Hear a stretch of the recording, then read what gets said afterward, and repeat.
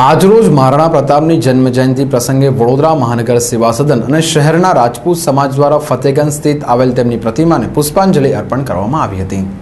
આજરોજ મુઘલોને હંફાવનાર મહારાણા પ્રતાપની 477મી જન્મજયંતિની ઉજવણી શહેરીજનોએ ભારે દબદબાભેર કરી હતી। વડોદરા મહાનગર સેવા સદન દ્વારા મેયર ભરત ડાંગરના હસ્તે ફતેગંજ સ્થિત આવેલ તેમની પ્રતિમાને પુષ્પાંજલિ અર્પણ કરવામાં આવી હતી। આ પ્રસંગે સાંસદ રંજનબેન ભટ્ટ, વિરોધ પક્ષના નેતા ચંદ્રકાંત ભત્તુ સહિત ભાજપી કાર્યકરો અને કાઉન્સિલરો મોટી સંખ્યામાં ઉપસ્થિત રહ્યા હતા। મહારાણા પ્રતાપની 477મી જન્મજયંતિ પ્રસંગે શહેરના રાજપૂત ક્ષત્રિય સમાજ દ્વારા પણ તેમની પ્રતિમાને પુષ્પગુચ્છ અર્પણ કરી શ્રદ્ધાસુમન અર્પણ કરવામાં આવ્યા હતા।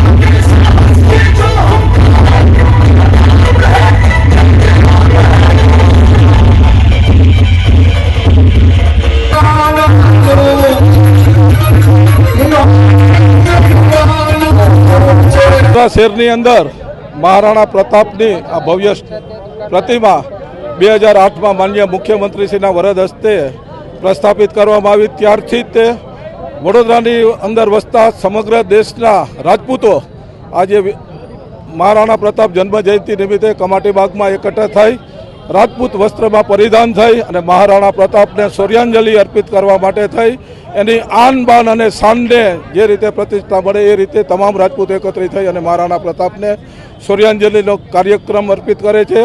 અને તમામ વડોદરામાં વસતા રાજપૂતો જે સમગ્ર ગુજરાતના હોય, રાજસ્થાનના હોય, યુપીના હોય, એમપી હોય, તમામ એક છત્ર નીચે ભેગા થાય છે।